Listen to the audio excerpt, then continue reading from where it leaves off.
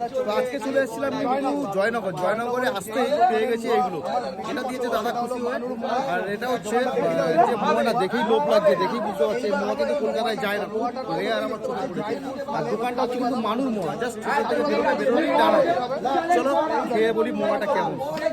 আচ্ছা মুন্নাদা, এতদিন তো কলকাতা অনেক রকম মোয়া খেয়েছো, কিন্তু এই যে জয়নগরে এসে আসল যে মোয়া খাচ্ছো এর টেস্ট বা এর স্বাদটা কেমন বলো? দেখো টেস্টটা পরে, কিন্তু যেটা দেখলাম আমি এখানে যে মোয়াটা, এখানে মোয়া প্রচুর ভ্যারাইটি দেখলাম। আচ্ছা। আর এই মোয়াটা আমি কলকাতায় খুব কম জায়গাতেই দেখেছি, খেয়েছি ঠিকই কিন্তু কম দেখেছি। চলো একবার খেয়ে দেখি কেমন। একদম একদম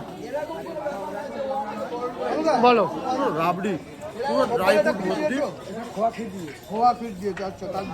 পুরো মাখন পুরো একদম স্মুথ, মানে কোনো হার্ডনেস ভাব নেই, একদম পুরো রাবড়ির মতো লাগছে পুরো।